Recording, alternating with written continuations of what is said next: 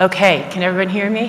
Hi, it's really wonderful to see you. Thank you so much for joining us for what promises to be very interesting and very important conversation. Before I jump in and move to our panelists, I do want to thank the Sufan Center for the invitation and the opportunity to be here. It's been 3 really brilliant days. Many thanks to the very warm generosity and hospitality of the government of Qatar, and for all the different panels and experts that have been participating over the last 3 days. It's really been quite an exquisite portfolio of information and expertise that's been shared.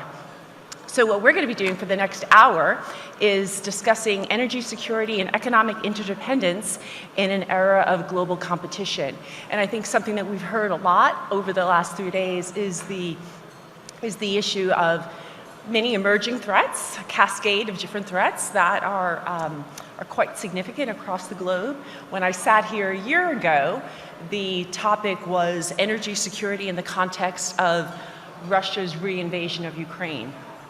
A year later, we have a whole other set of new threats and new security issues that confront both our energy system, but also, of course, our global supply system and supply chains. So again, really delighted to have 4 wonderful experts joining us. So we're going to start with China, and we have 2 fantastic experts, both Heidi and Ali, who have deep expertise in looking at the U.S.-China relationship, but also thinking about supply chains and what is a re-emerging global order. So Heidi, I'm going to start with you. And you worked at the State Department. You were a chief economist in the State Department. So how is the United States approaching national economic security and supply chain resilience? So first of all, thank you so much for the invitation to speak here today. In the context of growing global strategic competition between the U.S. and China, I think it's a right question to ask. The direction of travel in that relationship is clear, even though there will be various amounts of outreach from time to time to try and smooth the diplomacy. But in terms of the national security and the national economic security threat, I think we're increasingly looking through national security trumping traditional commercial security. And I think we've learned lessons. We've learned them through COVID, through the Russian invasion, that overdependence and concentration risk are a vulnerability. We've learned that there can be huge spillovers from war, commodity food, energy impacts from overdependence, and also that we see increasing weaponization. China has weaponized vulnerabilities against other countries for many, many years. I mean, think back to Japan with rare earths in 2010, and there are many, many stories about how the weaponization of economics and trade has been a critical vulnerability. And the way the U.S. has approached this, I think, has been wise. In the Biden administration in particular, there's been a component of both, I would say, offense and defense. In the offense, I would say, look at the types of tools that would be in the coercive basket, the trade tariffs, use of sanctions, these are all long-standing tools in the tool basket, and export controls, which we used to use very significantly when we were back in the Cold War with the Soviet Union. So those are sort of the coercive tools of the trade, sort of short of war, short of any kinetic war, what we use on the offensive side. On the defensive side, I think we've seen a transformational investment in both infrastructure, very broadly defined in energy security, energy transition, and also in the CHIPS Act in semiconductors, but it's also quantum, it's creating ecosystems, not just specific investments for companies. It's working on talent, education. It's a much broader approach at having a defensive reaction to what we've seen, a hollowing out of our workforce, of our industries, and of our manufacturing. Particularly with regard to critical and emerging technologies, I would flag that as something that not only we've sort of seen the beginnings of this. We saw it with Jake Sullivan making the first big announcement of a shift from wanting to stay relatively advanced vis-a-vis China, but to be as far ahead as possible, and using whatever tools that we have, both the offensive and defensive, to enable the U.S. in semiconductors, in quantum, in some of the biomedical, biotech fields. And then you have to look at sort of what are the dual use. I think we were talking a little bit on the previous panel about dual use. Dual use can be very broad these days, and so it'll be a challenge to have to navigate that. But I would stay tuned.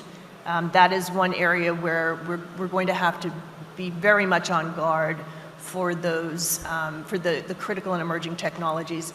How this plays out, it is not, in my opinion, a pullback on globalization. I think we are seeing a strategic and a very meaningful change in how we will see technology, data, trade, and capital flow over the coming years. And there will be winners and losers and countries that are winners and losers. So we're seeing reshaping of the trade and security map. I think we're seeing them almost in tandem. And so you look at the new security partnerships in the Asia Pacific, you look at AUKUS, you look at the Quad relationship, you look at some of the winners of the diversified approach to supply chains. You see Morocco, Vietnam, Indonesia, Mexico, Poland. I mean, there are definite winners in how the reconfiguration is happening. And I'll leave it at that. There's a lot more to talk about in terms of how, whether you agree with this approach or not. It is an approach that is meant to be generational. It's meant to be cooperative with allies and partners, and it's meant to be both offensive and defensive. Thank you so much, Heidi, for that. So, Ali, picking up where Heidi left off, in terms of thinking about what has and what you have written about, in your last book, America's Great Power Opportunity. But now you've had strategic competition between the U.S. and China, which has been sort of looked as kind of, as you point out, as a contributor to strategic stability. But now we're seeing it as an area of deep vulnerability. So can you elaborate on that? And also, I think it's important for the audience to understand that recent data shows that China produces 31% of global manufactured goods. So understanding that deep vulnerability and then how the U.S. responds, and as Heidi pointed out, a number of legislative actions that have come out of the U.S. government under the Biden administration. Well, Carolyn, thank you. Thank you so much for moderating. And just before diving in, I want to echo Heidi's words and just thank profusely the Soufan Center for organizing such a wonderful gathering. To Ali Soufan, who I met for the first time, Molly, who is a good friend, thank you to the entire team, and Colin, of course, who is sitting in front of me. Before I say anything else, I had the privilege of being a colleague of Colin's several years ago, and Colin, I hope you know, I trust that you know that your scholarship and your friendship I value in equal measure, so thank you. So Carolyn, to the question that you asked, and I'm going to pick up on a lot of the points that Heidi just made, I think that one of the biggest transformations in the relationship between the United States and China is the view that each country takes towards interdependence, economic interdependence. I think that one could argue that for the better part of the past 45 years, so namely since the United States and China normalized relations, I don't want to suggest that Washington and Beijing viewed economic interdependence as a cure-all for intrinsic strategic distrust, or that they viewed it as a cure-all for some of the ideological frictions in the relationship. But I think that there was a broadly shared conviction that on balance, cultivating greater economic interdependence would be on net a contributor to strategic stability. And I think that as you alluded to in your question, I think that what we've seen, that judgment has basically been turned on its head in both Washington and Beijing, and for understandable reasons. I think if you look at, and Heidi mentioned a number of developments in just the first few years of this decade, in view of the coronavirus pandemic, in view of Russian aggression against Ukraine, in view of intensifying strategic competition between the United States and China, in view of those developments, I think that there is a growing sense that the residual interdependence between the United States and China, it is becoming more of a source of strategic vulnerability. And what I mean concretely is, if you're the United States, you look at residual interdependence with China and you say, wait a minute, this sort of residual connective tissue between us is actually fueling, could potentially be fueling, not only China's military modernization, but also its broader resurgence into the only country that is now America's, a potential near-peer competitor to the United States. If you're China, you say this residual connective tissue, it gives the United States too much leverage to stymie our further technological development and by extension our legitimacy, the legitimacy of the Chinese Communist Party. Now, so what we see as a result of these, I think of these judgments that are occurring in both Washington and Beijing is these parallel concerted pushes for greater self-reliance. In the United States, you have, and I think Heidi already mentioned a number of these, are really historic investments that the United States has made. You look at the Inflation Reduction Act, you look at the Chips and Science Act, you look at the infrastructure bill, a number of, I think, historic investments that the United States has made in its competitiveness at home. And Heidi also mentioned as well the U.S. National Security Advisor Jake Sullivan's, I think, landmark speech that he delivered in October, I believe in October of 2022, in which he sort of outlined this notion of sort of a small yard, high fence, and securing America's competitive advantage in certain critical and emerging technologies. China as well. China is sort of racing ahead. It's making major investments in subsidizing the development of critical and emerging technologies. I don't want to suggest, and I should stipulate this caveat, I don't want to suggest that prior to 2020 or prior to 2016, that and as I said earlier, that the United States and China regarded interdependence as some kind of cure-all. And in fact, I think with China, you could say that dating all the way back to the late 1990s with the Asian financial crisis, many observers regard that as kind of a tipping point beyond which China said, we need to reduce our reliance on the U.S. financial system, we need to reduce our reliance on U.S. stimulus. But certainly, that broad conviction about the strategic value of interdependence has changed. I would just add, one more sort of note of caution, and then I don't want to sort of talk for longer than I have. I think that there has been an absolutely correct and overdue sort of reassessment of the strategic utility of interdependence. There's a recognition that the extant kind of configuration of interdependence that the United States and China had was not tenable. It produced a lot of security vulnerabilities that I think both countries had neglected to address efficiently. Here's where I do worry, though, Carolyn. What I worry about is the risk of overcorrecting. And that is to say, I worry about making an analytical leap from saying we paid insufficient attention to certain security vulnerabilities arising from a previous configuration of interdependence and jumping analytically and saying, because of that realization, we now are going to dismiss altogether the benefits, potential benefits of interdependence. And I worry about a scenario in which if the United States and China continue to drift apart economically, and this is more of a medium to long-term process, they are residually so interdependent, I think that decoupling is not realistic, but they are trying to disentangle. I worry about a scenario in which over the medium to long term, if the United States and China lose that economic connective tissue, do they become more willing to countenance conflict? Do they think that because they are now more financially and technologically secured from potential blowback from a competitor, that a war might be a more palatable outcome? And so I think we have to find, and I'll stop here, I think a critical challenge for policymakers in Washington and Beijing will be to find kind of this Goldilocks equilibrium. And that is to say, a configuration of economic interdependence that mitigates some of the security vulnerabilities that have been laid in stark relief in the first few years of this decade, but also preserving commercial benefits and security benefits. Thank you for that. So much to follow up on. Before I move to Tom and Neil, I want to sort of go back to you and Heidi. So a little over a week ago, the Biden administration came out with a set of very strategic tariffs. Tariffs launched against specific Chinese manufactured goods, a lot of them in the energy space, a lot of them specific to the energy transition, whether it be solar panels, whether they be batteries, EVs, but a host of different technologies and that are very, very critical to the energy transition.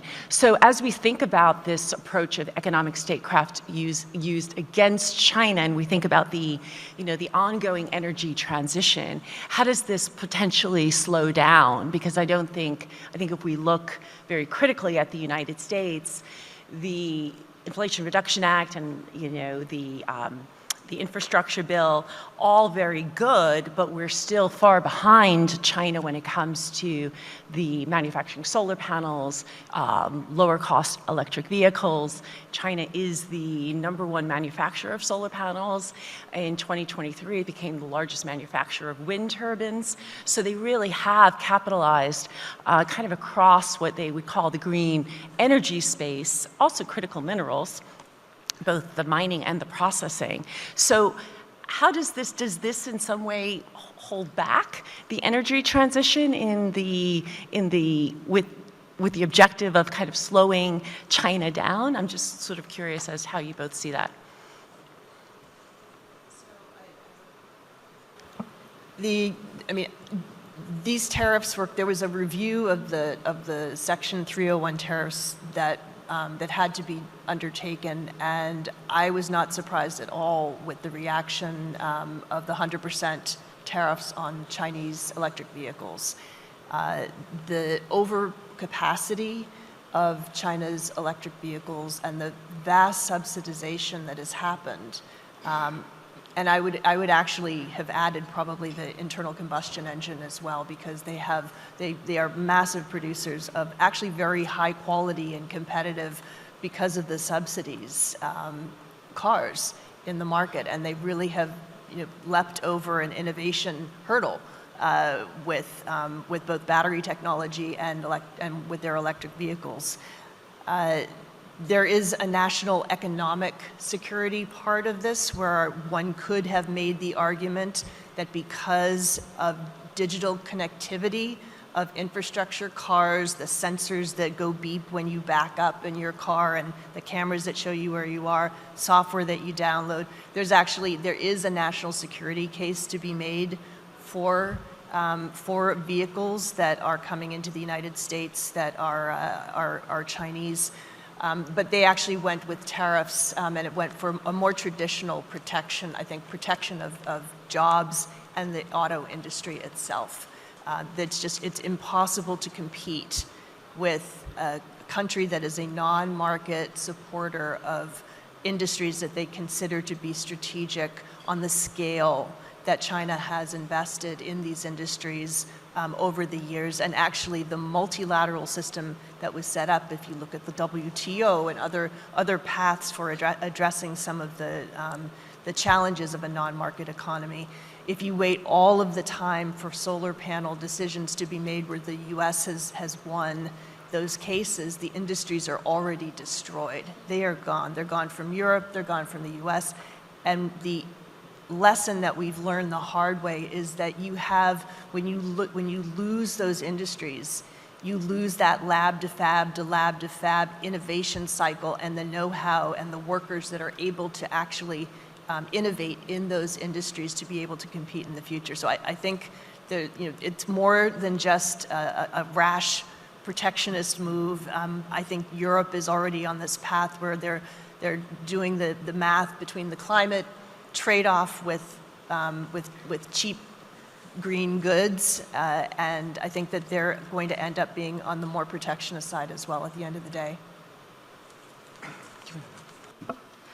Thanks for the question, Carolyn. I'll just briefly elaborate and really just underscore a lot of the points that Heidi made. I think that one of the biggest challenges going forward, not only for the United States, but I think for advanced industrial democracies writ large, is you see these, again, as I mentioned earlier, kind of how the United States and China are undergoing these parallel efforts to build up their self-reliance. And I think that we see similarly with advanced industrial democracies, these parallel efforts underway. On the one hand, trying to accelerate de-risking from China for understandable reasons, but also trying to accelerate their clean energy transitions. And as you mentioned in your opening remarks, and as Heidi mentioned just now, one of the challenges is that even though there are very aggressive efforts underway, onshoring, nearshoring, friendshoring, so that advanced industrial democracies can build up their own green supply chains.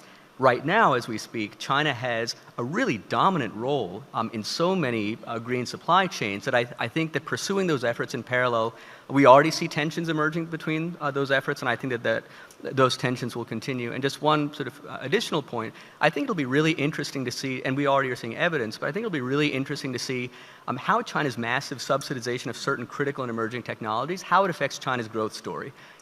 It used to be, a decade ago, you would read, there seemed to be a kind of an aura of inexorability around China's economic resurgence. I think that aura has substantially diminished. China now is struggling to achieve even 5% annual growth. And I think that the bet that the Chinese Communist Party is making is that to offset depression in the real estate sector, to offset demographic decline, to offset other growth headwinds, it's making a bet that if we subsidize these leading edge 21st century frontier technologies, maybe we can offset some of those growth headwinds. So how China makes those investments and how it uses those to offset its growth headwinds, I think will be a really interesting economic story this decade and going forward.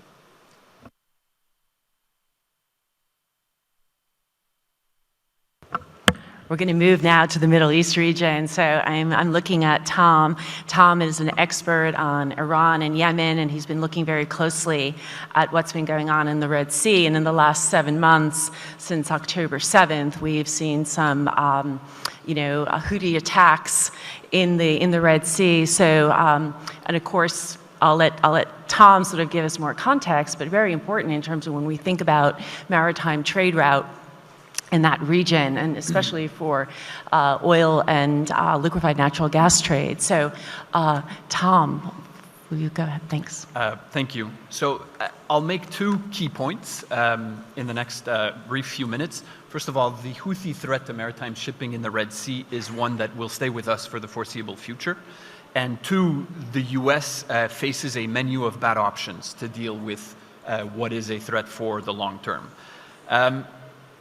You often hear that there actually is an easy answer to the Houthi threat in the Red Sea, which is a ceasefire in Gaza. The Houthis have said that they are doing these attacks in the Red Sea in response to the war in Gaza, and therefore, if the war in Gaza stops, they will stop their attacks. There are perhaps other good reasons to call for a ceasefire in Gaza, but unfortunately, this is not one of them. And to me, and I think to most Houthi Yemen watchers, there's no doubt that the Houthi threat to maritime shipping in the Red Sea will go far beyond whatever happens in Gaza in the next weeks and months. They have shown that they have both the capability and the intent to cause a significant threat to the Red Sea. The Gaza war has been a pretext for them. It is not fundamentally the cause. It is an excuse more than anything else. It has been very good for them to mobilize support domestically in Yemen. And it has also been a very good pretext for them to emerge as a regional power. The Houthis have de facto won the civil war in Yemen. They don't fully control the country, but they are dominant. And now they are looking to continue expanding their ambitions beyond Yemen's borders. And this has been a very convenient pretext. In terms of capabilities, in large part thanks to Iranian assistance, they have underwater drones, drone boats, aerial drones. They have a growing array of both ballistic and cruise missiles. And crucially, they have shown that they have a growing ability to use all of these assets. And notably, they have significantly improved their ability to do both surveillance and targeting. Again, in part thanks to Iranian assistance, but it is very important here to emphasize that it is not only because of Iranian assistance, or that it is not simply the Houthis acting on Iran's behalf. They are their own autonomous, extremely nationalist actors, and they are not anyone's puppet. Hoping that there's a ceasefire in Gaza at some point, there should be no doubt that they will continue to threaten shipping in the Red Sea. If, for example, to take perhaps the most obvious example, if after some kind of ceasefire, the Houthis want to express dissatisfaction with the way that post-Gaza war political process is going, they will not hesitate for a second to at the very least threaten and perhaps act on that threat of hitting ships in the Red Sea to put pressure on the US and Israel in terms of where that process could be going. They could also very much use that threat if they want to pressure Saudi Arabia in the context of a political process in Yemen that has been thrown sideways a bit now since October, but that was very slowly making progress during 2023. The next question then, of course, is what to do about it. And here, it's where the discussion gets even more difficult. There's been a lot of criticism that the US approach using limited airstrikes with the UK has not had great success, and that is absolutely true. It's the ability of the US to cause significant damage to Houthi capabilities. It hasn't happened, certainly not so far, and I think it's appropriate to doubt that it's going to happen in the future. Houthi assets, Houthi missile sites, Houthi production capabilities are scattered throughout Yemen, largely as the result of 9 years of war against Saudi Arabia. So they are very good at protecting themselves. At the same time, not only has the damage to the Houthis been limited, their gains have been significant. The Houthis have been extremely good, as was mentioned on Monday here, at milking US strikes for propaganda gains. They have used this domestically to mobilize support. As I said, the Houthis have won the civil war in Yemen, but they are vulnerable in many ways, notably on the economic front. So this has been very good for them. Domestically, but also regionally, where they have been using this to pressure adversaries and to position themselves as the one actor in the region that, quote unquote, does something about the Palestinian cause. It would be a separate debate. I don't think this is helping the Palestinian cause in any way, but they have been framing it quite successfully this way. So in a narrow sense, what the US has been doing has not been working, or certainly not working well. The issue, however, is that in the real world, saying that that an option is not a very good option may not mean that it's not the least bad option. And in this case, I think that's probably the case. At one extreme, for the US to do nothing against the Houthi threat in the Red Sea, I don't think is an appealing option, because the Houthis, and now we start to know them better and better, they would absolutely perceive this as weakness and as a vacuum, and they would step into it enthusiastically. So not a more appealing option.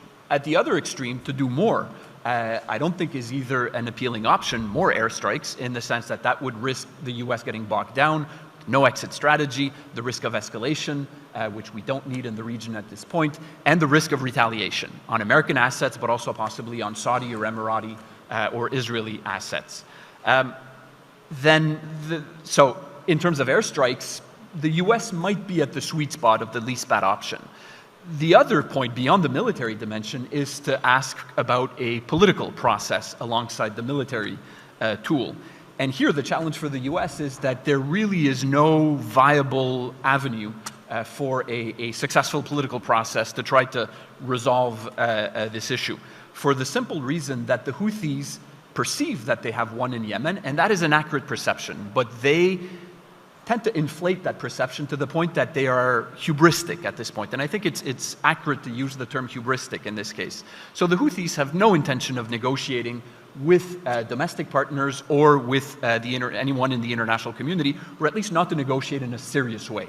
A facade of a political process with the UN and Saudi Arabia, absolutely, provided that it leads to the consolidation and legitimation of Houthi power, which is what they want.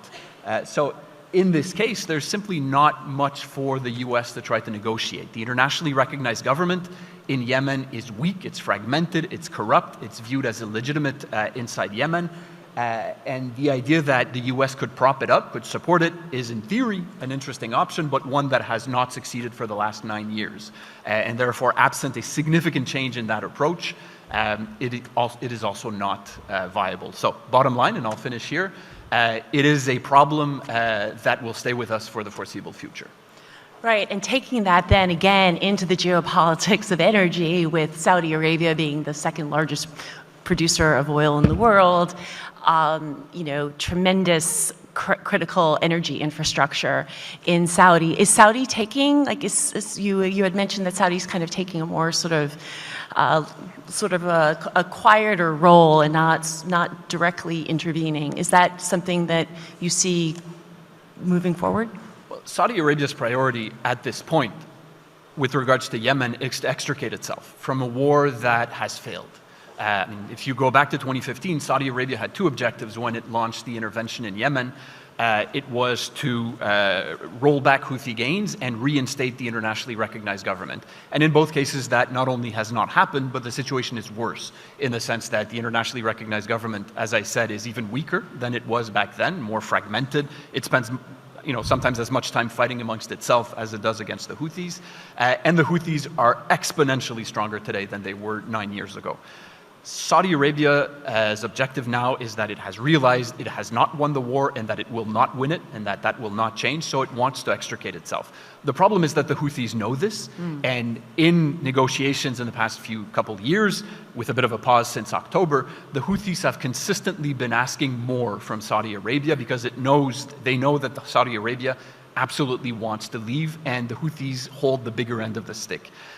Right now, with regards to what's going on in the Red Sea, Saudi Arabia, of course it opposes what the Houthis are doing, and of course it supports what the Americans are doing, but it is not saying much. It is keeping a low profile. It technically is not a member of the US-led coalition in the Red Sea because, on the domestic front, the pro-Palestinian stand that the Houthis have taken is popular throughout the region, not only in Saudi Arabia. But beyond that, Saudi Arabia is very much aware that if it becomes too vocal in support of the American-led efforts against the Houthis, Saudi Arabia exposes itself to retaliation by the Houthis. And in the context of Mohammed bin Salman's move towards Vision 2030, stabilizing its foreign relations, promoting tourism and foreign investment, not many things would be worse for that than Houthi missile or drone strikes. That explains Saudi Arabia's quiet at this point. Excellent. Thank you so much for that. So Tom, I'm going to move to you. You are an expert of the GCC region. You've written a lot about the role of Abu Dhabi and the UAE and Qatar. So how do you see the Gulf states today? I mean, how do you see them in terms of straddling the U.S. and China, or do they straddle the U.S. and China? What is the role that they are playing? We've heard, over the last 3 days, and the role that Qatar is playing, a very significant role, not just in this region, but much more globally. So we'd love to get your insights, and also connecting it to their role in the geopolitics of energy realm. Thank you, Carolyn. I'll be the last person today to thank the Soufan Group for the invitation to speak and the state of Qatar. So thank you, and thank you very much for your question. Just a couple of sort of framing remarks. I mean, very generic. You'd mentioned sort of being here last year and how things have moved on and shifted. We seem to be I'm sure every age is an age of fluidity or an age of flux, but at the moment the oscillation seems to be picking up and really speeding up. So from year to year, the perspective changes and the narrative changes. So just to sort of posit that, just following Thomas's example, I just have two key points I want to talk to. One is, coming in and out of the region for, the last 15 years, and particularly intensively over the last few years, 4 or 5 years, it's always been made very clear in conversations from I guess, officials from the Gulf states that, we don't want to choose between China and the US. We don't want to be put in that position. It's not in our interests. We want to have great relations with both sides. I don't believe that at all. I think every GCC state has made its decision, maybe some later than others. Maybe the Saudis coming in at the last moment. But as far as I'm concerned, all 6 states are fully on board with the US. I don't think there's much dispute there. However much they protest, publicly at least, however much they want to exercise agency, and they have a tremendous sense of agency, I think now, because security is the backstop, security is everything. And I think, there are moments when Abqaiq was hit, of course, and Khurais were hit, and there were concerns about, does the US really have our back? I think, the conversation, the narrative, that's what I mean about fluidity, has moved on, has shifted on. We can see where the US-Saudi relationship is now, and it's come leaps and bounds. So I think all 6 states have, voted with their feet. Of course, they have very strong relations, economic relations with China, but we've seen the UAE, row back on that to some extent. So I think they've voted with their feet. The second point I want to make is that, these states do have tremendous agency, and we can see them being part of, I guess, the sort of the rising middle power states, if you like. That always makes me, it's a bit scary, the idea of a rising middle power. So perhaps an emerging sort of set of middle powers. I mean, we've seen some of the Gulf states engaging more with the BRICS. We see growing connectivity between the GCC states, or GCC and ASEAN. So so there's a sort of thickening of influence and connectivity in that middle space. And I very much see the GCC states as positioning themselves to capitalize, to leverage their position, and to sort of optimize what I guess we would characterize as de-risking, the de-risking that's taking place. And why I say that, I mean, there are several sort of initiatives that we see, and however we characterize them. There's IMEC, for example, India, Middle East, European corridor. We saw the grand announcement of that last September. Then, of course, October the 7th happened, and that looks to have gone into abeyance somewhat. But I think on a closer inspection, India and UAE were supposed to have a follow-up 2 days ago. That hasn't quite materialized. But I think IMEC is an example of this phenomenon of minilateralism. So it's a minilateral organization, and we know the US are very much kind of into that minilateral piece. But if one looks closely sort of at IMEC, which is essentially it's an infrastructure project. It's a sea to rail to sea project, connecting Asia through the Middle East right up to Europe. And if we're thinking about the Red Sea, if we're thinking about Suez or Bab el-Mandeb, I mean, if IMEC were to come into being, if the two corridors were to materialize, then it's estimated that costs of trade would be reduced by 40%, and you'd be circumventing that long-term problem in the Red Sea. But on paper that looks a little bit pie in the sky, and you think, well, how on earth a rail network is going to pass up through Jordan into Israel when we've got what we've got going on? But actually, if you zoom in a little bit and you look at, so you've got the minilateral. I would say within that minilateral, you've actually got a microlateral, and that's between India, Saudi Arabia, and the UAE. They are investing in their own infrastructure. They are drawing that connectivity. We can say in the UAE, we can see the Ittihad rail network being put in place. That's going to be a major point of transport and transition. In Saudi, we've got the north-south railway network being put in place, and that's going to connect Yanbu to Riyadh, and if the final stages of that railway are put in place, that will connect to Jordan. And that could be a potential routeway through Israel and then on to Europe. If that doesn't happen, and I don't think this is a grand plan or a grand strategy. I don't see it as an alternative to the BRI. But if you see that micro element really coming into play, you're driving that connectivity between those three states. At the same time, you've got UAE and you've got Saudi Arabia really trying to sort of bring in some of that manufacturing we've heard about. If you look at the announcement, and it is an announcement, of Alat 2 weeks ago, with their 100 billion to invest in bringing smart manufacturing into the kingdom, there's a real drive to actually start that production, to start chip production, EV production. So there's a strong kind of dynamic and energy there. But if Europe isn't the endpoint in that market space, There's a landmark railway that the Saudis are building from east to west, and Africa's just over there. So you've got this connectivity. So I very much sort of see the Saudis and the Emiratis and the other Gulf, and Qatar, of course, as well, as sort of finding their position as this middle power, and all of this is heading towards, transition, the energy transition. This is positioning for the future. I don't think these projects are going to materialize today or tomorrow, but there's certainly the investment going in that. But all with the backdrop that the US is there as main partner. China's important, but the US is where they're sitting.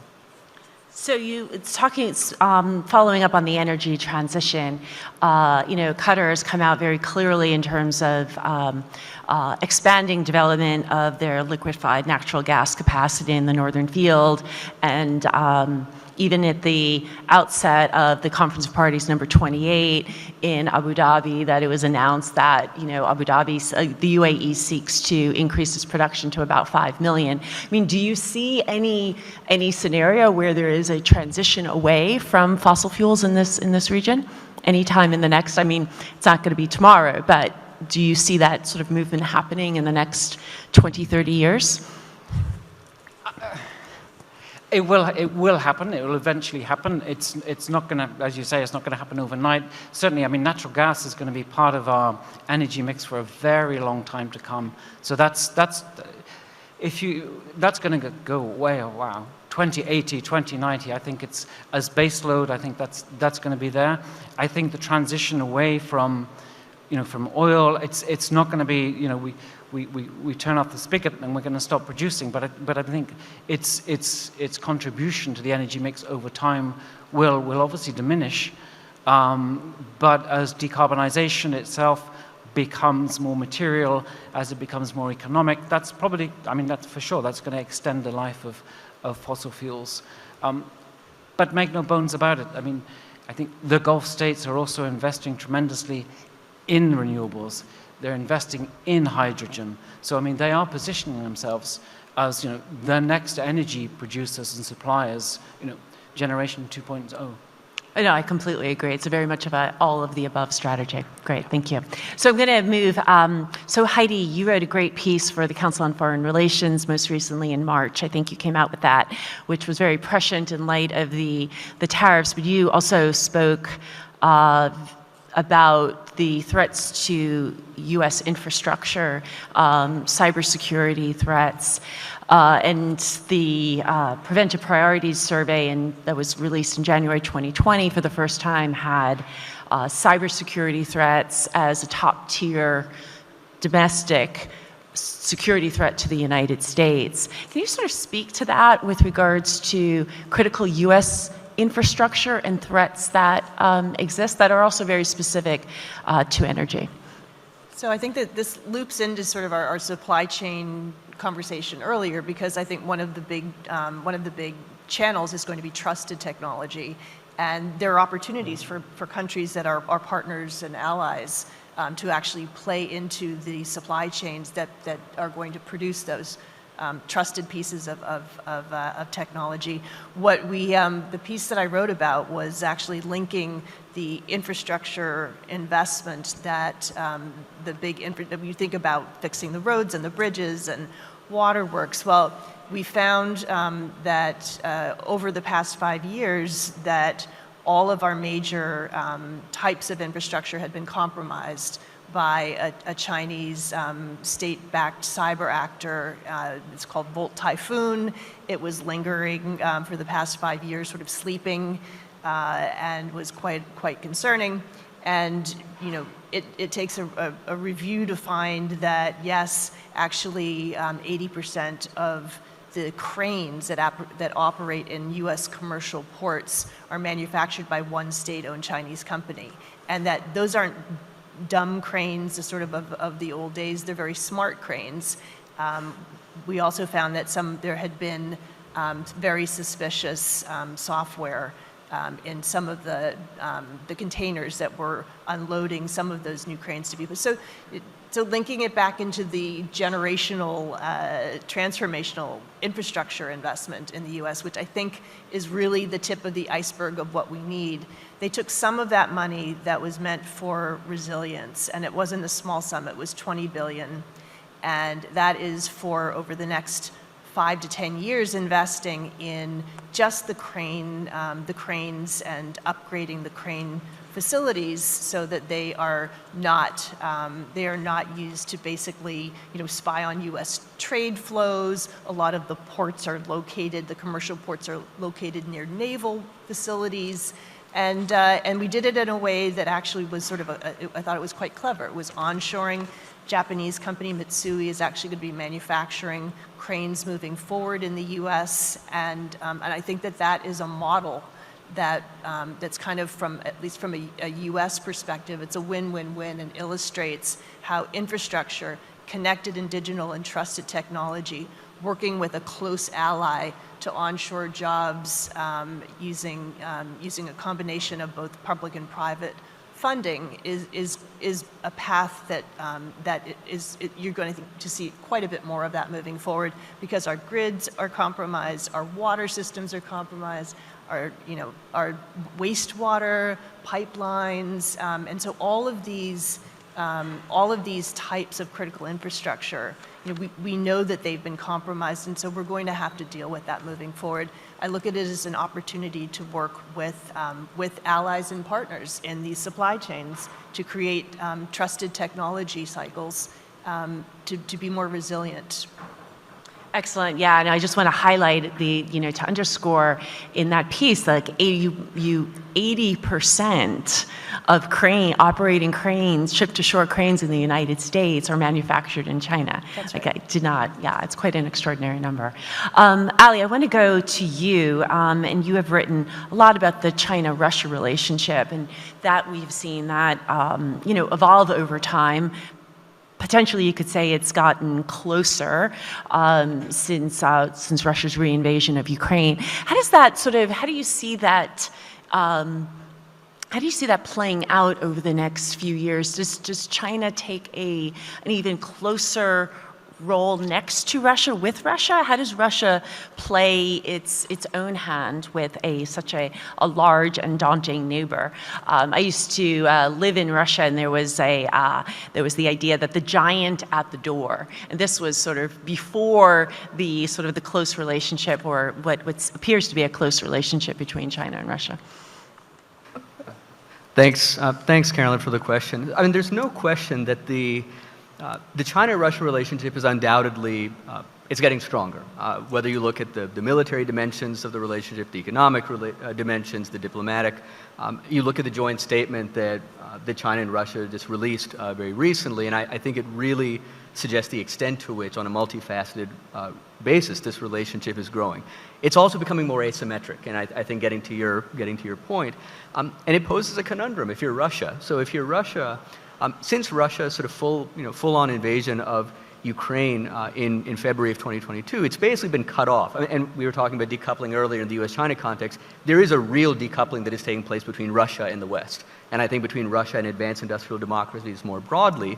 And so if you're Russia, if the West is cutting you off, if advanced industrial democracies are cutting you off, China is one of the few alternatives that you really have left. And if you look at Russia's ability to reconstitute its defense industrial base, Russia's ability to continue prosecuting its aggression against Ukraine, China is its principal economic patron, China is Russia's principal diplomatic patron. And so in that relationship, I would argue Russia needs China far more than the other way around. If I'm China, I don't want to dispense with Russia. I see some strategic utility to my relationship with Russia. But if I'm Russia, even if China begins encroaching on my alleged sort of areas of interest or spheres of influence, if I'm Russia, I probably don't want to pipe up too much because I don't want to alienate China. Even if I see that my economic relationship with China is getting more imbalanced in China's favor, again, I don't want to pipe up too much. So Russia I think, has very, very little diplomatic flexibility when it comes to dealing with China. It has to keep China on board. China, on the other hand, but I would say, as far as China is concerned, I said earlier that China doesn't need Russia as much as the other way around. But I don't have high hopes that China is going to recalibrate fundamentally its disposition towards Russia. Now, is China concerned about the impact that its deepening entente or its deepening convergence with Russia? Is it concerned about the impact that that trend is having on its diplomacy with the West? Absolutely. I think that this deepening Sino-Russian partnership has been devastating, not only for China's relationship with the United States, but also for China's relationships with the West, in the West more broadly. But I think that the calculation that China appears to have made is that even if it were to do a total 180 on Russia, so let's say hypothetically, and contrary to all expectations, if Xi Jinping were to announce tomorrow that he had seen the error of his ways and he now was going to full-throatedly condemn Vladimir Putin and Russian aggression, I think that the calculation in Beijing is that even China's doing a complete 180 on Russia wouldn't change the fundamental thrust of how the West is looking at China.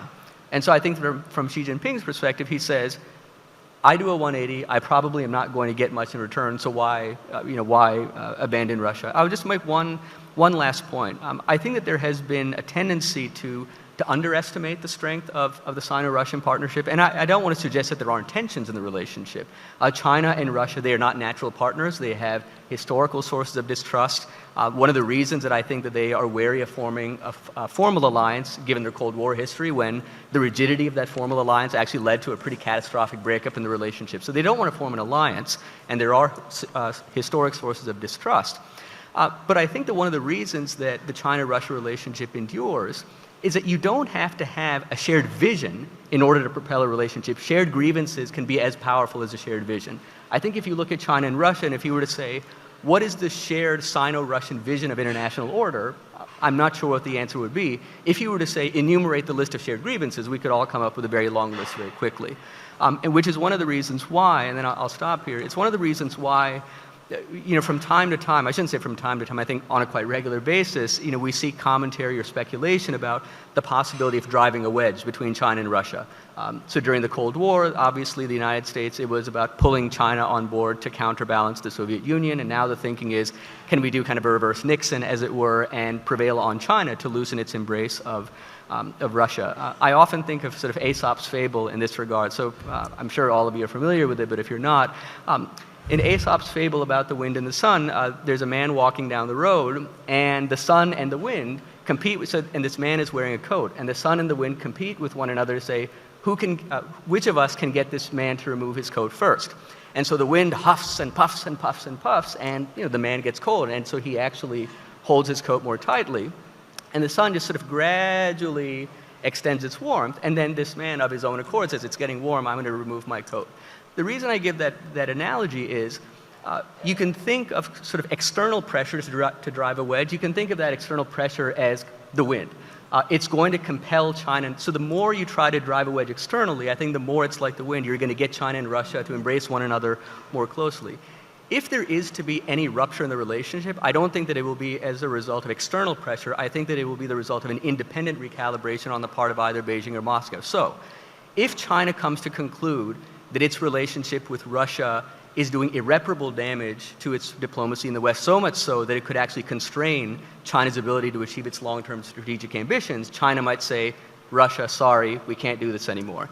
If Russia, on the other hand, if it comes to believe that it is becoming too junior of a partner in the relationship, if it believes that China is getting sort of a bit too big for its britches and it's paying insufficient attention to what Russia regards as its core national interest, then Russia might say this relationship is getting too lopsided. But again, if there's going to be a change in the relationship, I think it will originate from within, not from without, and I think that should inform policy making in the West.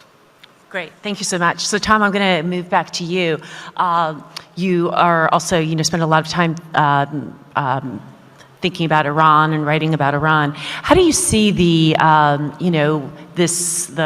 forum started with, coming in after the death of the Iranian president? How do you see sort of the politics of Iran as it sort of changes over the next few months?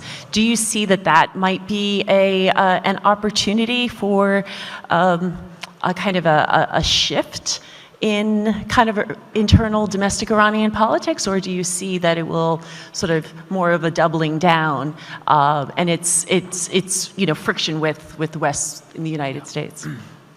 Thank you.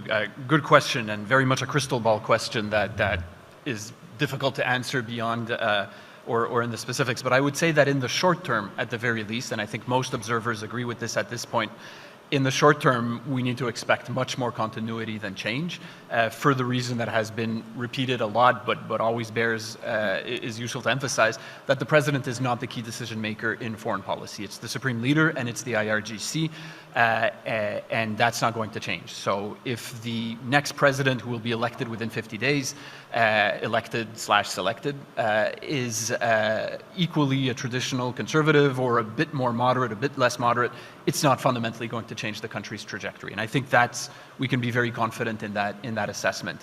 Where there is a bit more uncertainty farther down the road is in terms of succession to the supreme leader. He's 85, he's had cancer, he's looked not too bad in terms of physically in his recent appearances, but he's 85.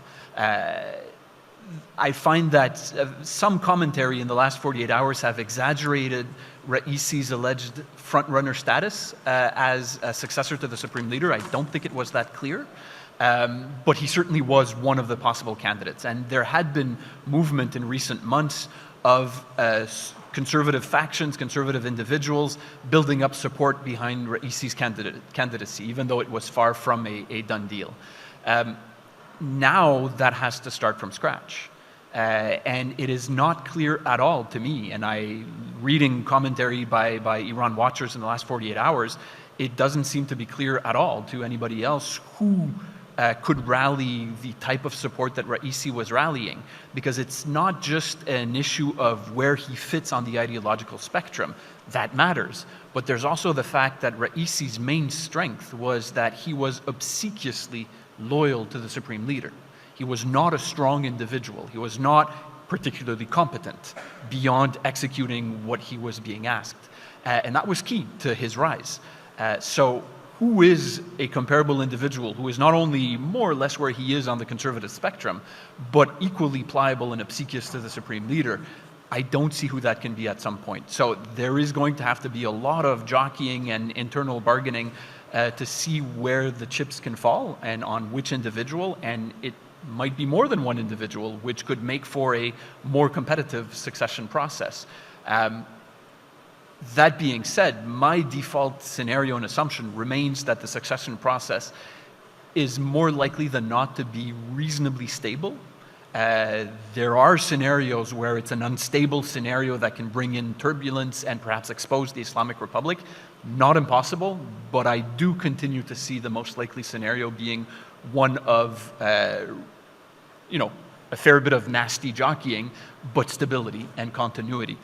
Because ultimately, most members of the regime, including the key ones in the IRGC and the clergy and key business actors and so on, will rally around someone after a lot of jockeying that has to start from scratch again now for the sake of the survival of the regime. Thank you so much for that. That was brilliant. Tom, I'm going to move to you. Speaking of succession, right? We also have an much older king in Saudi Arabia. I think the expectation is that Mohammed bin Salman will step in to the role. But do you see any sort of change in Saudi politics under MBS moving forward? I know he's kind of considered to be the de facto leader. Yeah, thank you for the question. And we always used to spend so much time thinking about succession, right? And every succession we would worry what's going to happen. And most successions have been fairly smooth and to what we probably expected, or at least the media expected.